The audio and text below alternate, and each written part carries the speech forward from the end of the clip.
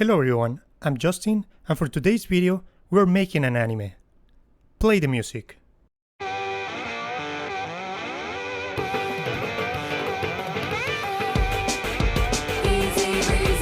Have you ever been so passionate about something that you want to dedicate your whole life to it?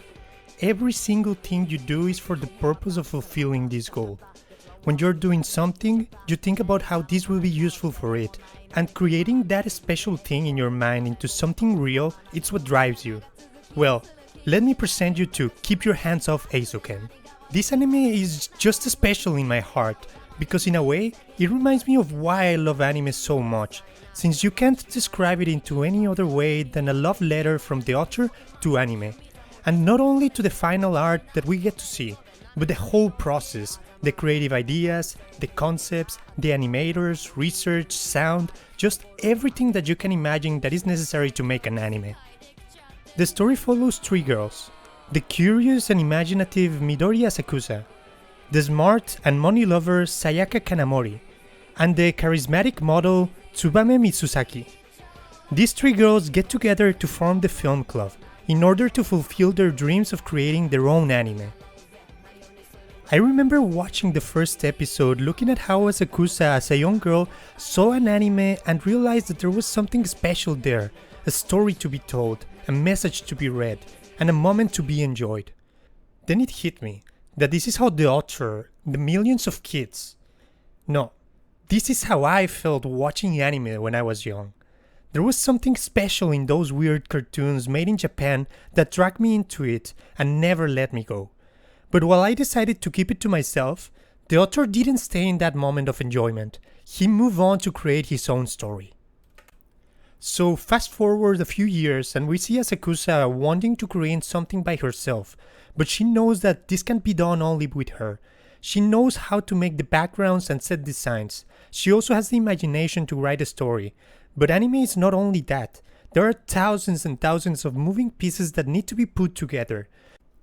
So she meets Mitsusaki, a fellow anime lover who is skilled in character art. And here is where magic is made. Their creations come to life, showing us the creative process in an anime. But how are they going to make this into a career and make money out of it? Well, for that we have Kanamori, who sees their works as a potential money-making machine, and thus Eizouken, or the film club, is made. I really fell in love with how this anime was made. Not to disparage the author of the manga, since the story he created is well done by itself, but making these still images into movement, adding effects, music, voice acting, all combined push the show to become a masterpiece. And we need to credit the director Masaki Yuasa for directing this masterpiece. I still remember the moment I truly fell in love. On the second episode, they are trying to think on how to make a windmill spin, and are thinking on ways to do it. First, realizing it needs to be drawn in a specific angle so that the movement can be made. Then adding wind silhouettes or scraps of paper to show the movement. But then they go to their own world and imagine why it wouldn't move, how to fix it, and the process for it. That moment when they look at their finished product in the boat, Asakusa contemplating her creation, music, sound effects, scenery, everything made me remember why I love anime so much.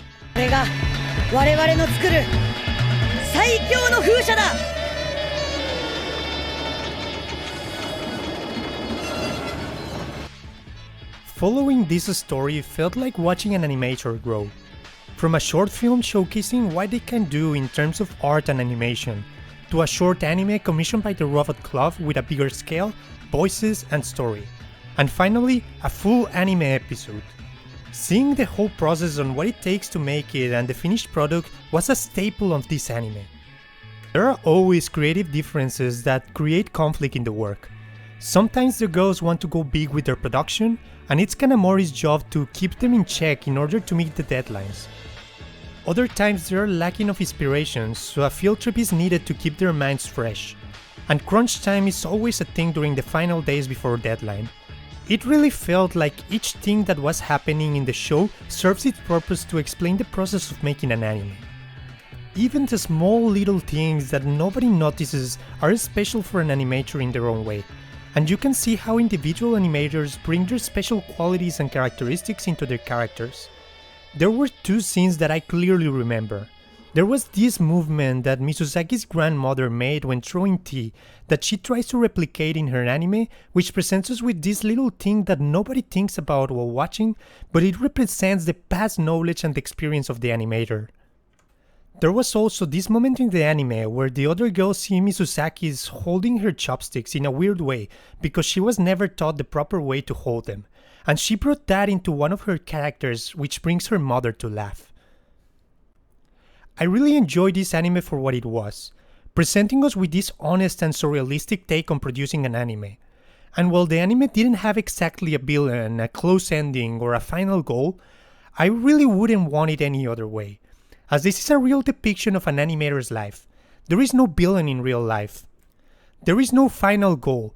You finish a project and move on to the next one, reflecting on your mistakes and thinking about how to improve it and what to do next. And lastly, there is no closed ending for an animator's life. You just move on forward, and hopefully, one day you will inspire somebody else to follow your steps and create something unique.